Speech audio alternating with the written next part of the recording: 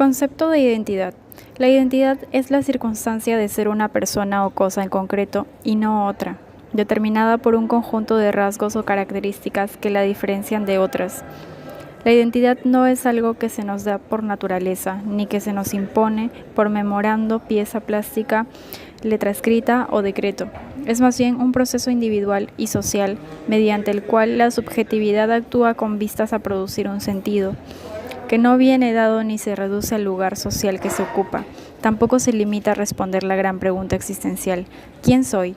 Ser uno mismo, construirse a sí mismo, exige al individuo un trabajo psíquico de enorme complejidad e intensidad. La identidad remite tanto a lo específico como a lo idéntico, a lo semejante como a lo disímil, a la diferencia como a la semejanza.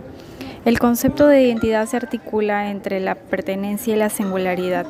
Hoy hablar de identidad nos remite a procesos de autodefinición cultural, a reforzamiento frente a uno u otro, identidad en las matemáticas.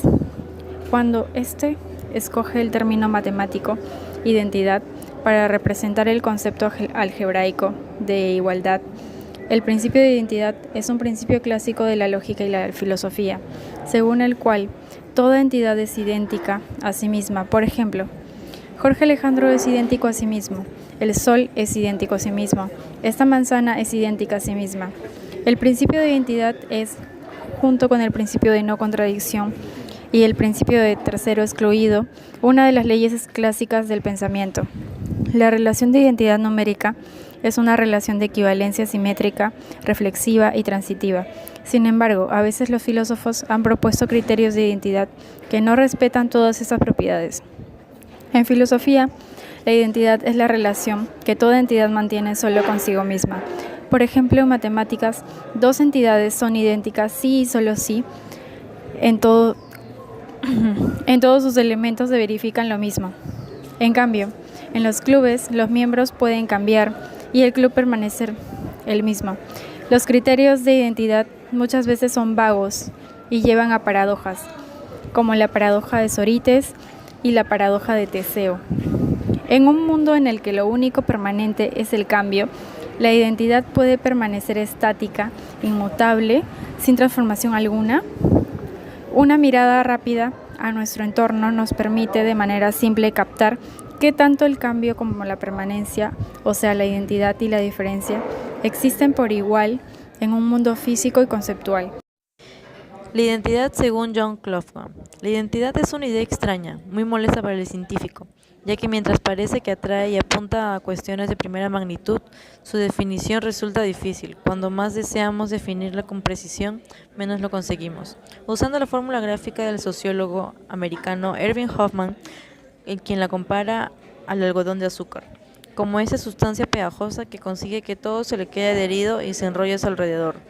La identidad puede encontrarse en todas partes o casi todas, y al mismo tiempo ninguna. Sherry Turkle es una doctora en Sociología y Psicología de la Personalidad de la Universidad de Harvard. Realiza investigaciones sobre el psicoanálisis y la interacción humano-tecnológica. Publicó su libro The Second Life, hoy en día un clásico en la materia. The Second Self, Computers and the Human Spirit. Lo que explica el autor en este libro es que ya no damos órdenes a la máquina, sino que dialogamos, navegamos con ella, surcando mundos simulados y creando realidades virtuales. Y además, que el poder psicológico que posee el ordenador ya no se limita a la interacción persona-máquina, sino que se ha ampliado a un gran número de redes a través de las cuales podemos interactuar, hablar, intercambiar ideas y sentimientos, e incluso asumir personalidades de nuestra propia creación. Este no es, pues, su libro sobre ordenadores, sino sobre la gente y la reevaluación de sus identidades en la era de Internet, sobre nuestra implicación informática en nuevas formas de pensar acerca de la evolución, las relaciones, la política, el sexo y el yo. Y lo que acaba emergiendo, según Turkle, es un nuevo sentido de la identidad humana, descentrado y múltiple, que a su vez sirve para describir las últimas tendencias del diseño informático, de la inteligencia artificial y de las experiencias de la gente en ciertos entornos virtuales. El ordenador, en fin, como profeta del posmodernismo en la Tierra. Rimbaud, el poeta que se sentía otro. En suma, Toda su vida puede interpretarse como un constante éxodo. No se trata solo de un transitar, de un nomadismo que parece no querer echar raíces, sino de la voluntad de ser siempre extranjero. Un perdurable deseo de escaparse para sentirse fuera de sí, a cada paso otro. Allí reside para él el sentido de la poesía, en la superación del ego. Por eso la frase "yo es otro" aparece en las dos cartas en las que Rimbaud se refiere al poeta vidente, quien solo puede llegar a comprender el mundo cuando asume una visión ajena a él mismo, a contrapelo de la ortodoxia que infunde la sociedad, esto es mediante el encanallamiento progresivo y el desarreglo de todos los sentidos, lo cual permite que el don se exprese por su boca, que el lenguaje mismo lo manipule y hable a través de él, que la poesía sea el único autor de todo lo que se ha escrito. Immanuel Kant fue un filósofo prusiano de la Ilustración. Fue el primero y más importante representante del criticismo y precursor del idealismo alemán. En la Crítica de la razón pura, en el libro 2 titulado Dialéctica trascendental, Kant se ocupa del problema de la identidad. Analiza en la primera obra mencionada lo que denomina paralogismos de la razón pura. Kant afirma que sustancia es aquello cuya representación constituye el sujeto absoluto de nuestros juicios, aquello que no puede, por tanto, ser empleado con determinación de otra cosa. Yo, en cuanto ser pensante, soy el único absoluto de todos mis juicios posibles, pero esta representación de mí mismo no puede ser usada como predicado de otra cosa. Consiguientemente, yo, en cuanto ser pensante, soy sustancia. La paradoja del barco de Teseo. La decisión de si continúa siendo el mismo barco parecería depender de cuán rápida es la transformación. Al no estar corroídos por el paso del tiempo, los tablones nuevos se verán algo distintos, pero si cada varios años solo se reemplaza una que otra madera, tendríamos que decir que el barco restaurado es el mismo. Por el contrario, si alguien decide reemplazar gran parte del barco, de un día para otro costaría aceptar que sigue siendo el mismo barco de Teseo. Este razonamiento se aplica directamente a la discusión sobre la identidad de Robocop. Si paulatinamente se le reemplazara una pierna, tiempo después la otra, luego un brazo y así sucesivamente, en ningún momento Robocop sentiría que dejó de ser Murphy. Pero si la transformación es de golpe, como en la película, enfrentamos un problema de identidad. Por lo tanto, la continuidad del cuerpo, el hecho de que los cambios en el cuerpo se den lentamente, es lo que aparentemente define la identidad personal. Después de todo, seguimos siendo la misma persona a pesar de envejecer, y de que nuestra apariencia vaya cambiando con el paso de los años. Estos argumentos son principios muy obvios y convincentes, pero la discusión sobre qué es lo que determina la identidad es una realidad mucho más compleja. La noción de que la identidad personal va ligada a la continuidad del cuerpo fue desafiada por John Locke. Para ilustrar su postura, propuso la famosa parábola del príncipe y el zapatero. Un buen día, la mente del príncipe, con todas las memorias de su vida pasada, es transferida al cuerpo del zapatero. ¿Quién es quién?, se preguntó Locke.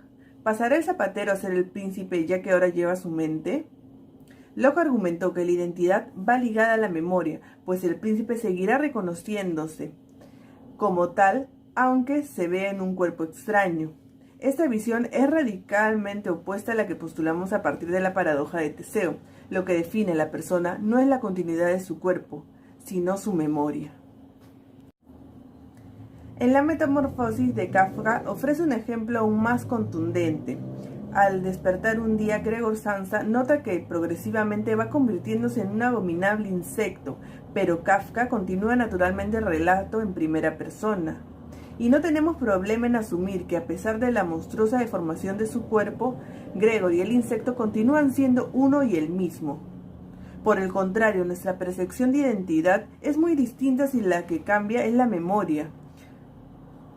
De alguien que sufre un devastador déficit de memoria debido a un estado avanzado de Alzheimer, decimos que ya no es el mismo. El cuerpo no ha cambiado, pero la persona se ha ido diluyendo con el paso del tiempo a partir de su olvido.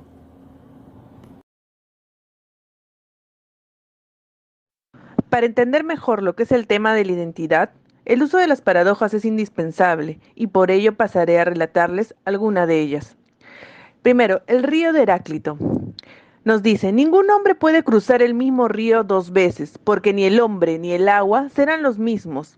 También nos informa de la declaración de Heráclito, de pararse dos veces en el mismo río, citando que eso no se puede hacer, porque se dispersa y se junta de nuevo, y se acerca y retrocede. Siguiente, los calcetines de Locke. John Locke propuso un escenario concerniente a un calcetín favorito, al que le sale un agujero. Él reflexiona sobre si el calcetín podría aún ser el mismo después de que se aplicara un parche en él. Si es así, ¿podría entonces seguir siendo el mismo calcetín después de que se aplicara un segundo parche? ¿Podría en efecto seguir siendo el mismo calcetín varios años después, incluso después de que todo el material del calcetín fuera reemplazado por parches? La vieja hacha del abuelo. La vieja hacha del abuelo es una expresión coloquial de origen desconocido que describe a lo que le queda poco del original. Ha tenido 3 nuevas cabezas y 4 nuevos mangos, pero aún es la misma vieja hacha. La paradoja de Sorites. Una de las más interesantes es la que formula lo siguiente. ¿En qué momento un montón de arena dejó de serlo? Esta pregunta nos lleva siempre a realizar deducciones sobre qué constituye un montón de arena. ¿Es así que se dice que 2 o 3 granos de arena no forman un montón o que 1 millón sí lo constituye? La paradoja del príncipe o el zapatero. Locke se preguntaba, ¿qué trato recibiría por sus súbditos un príncipe cuya alma se hubiera reencarnado en el cuerpo de un zapatero? ¿Sería un príncipe para todos o sería considerado un zapatero a pesar de que él se consideraba un príncipe? El problema que aquí se expone es el problema de la identidad personal. Locke pone el dedo en la llaga. ¿Tenemos una identidad intrínseca? Es decir, ¿somos algo previo al nacer? ¿O por el contrario, nos construimos nuestra identidad mientras vivimos con los demás? El siguiente es de una película, es Ghost in the Shell. Ghost in the Shell se desarrolla en un mundo futurista. La enigmática detective Motoko Kusanagi es un cyborg. La mente de la protagonista sigue funcionando aunque haya sido trasplantada a un cuerpo robótico. Esta circunstancia plantea la pregunta fundamental del manga. ¿Qué nos hace humanos? Motoko, por su parte, no deja de cuestionarse su identidad y el origen real de sus propios recuerdos. Se pregunta, ¿quién soy? ¿Quién fui? ¿En qué me convertí? La premisa de la historia es que las prótesis biónicas están a la orden del día. Así, si se pierde un brazo, te instalan uno nuevo y no pasa nada. En su momento, todas estas preguntas existenciales fueron bastante rompedoras. ¿Cómo nos define la tecnología? ¿Hasta qué punto podemos llegar a la manipulación de nuestros cuerpos? Otros ejemplos serían, si dos negocios se juntan, sus identidades se juntan o uno es consumido por el otro.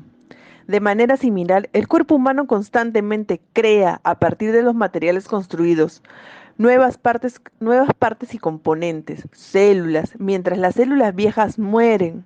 El promedio de edad de las células en un cuerpo adulto puede ser de menos de 10 años. Otro caso es en el episodio de Respira Hondo de la serie Doctor Who. Se hace mención a esta paradoja cuando los protagonistas encuentran a un androide que durante varios años estuvo reemplazando sus partes defectuosas con órganos humanos. Así como pasó en la paradoja de Teseo. Pues muchos objetos pueden caer en la paradoja de Teseo. Edificios y automóviles, por ejemplo, pueden sufrir un reemplazo completo y aún mantener aspecto de su identidad. Negocios, colegios y universidades cambian frecuentemente de direcciones y de residencias, reemplazando así completamente su antigua estructura material por una nueva. Y siguen manteniendo el mismo propósito y frecuentemente la misma gente que mantenía la organización funcionando como lo hacía antes.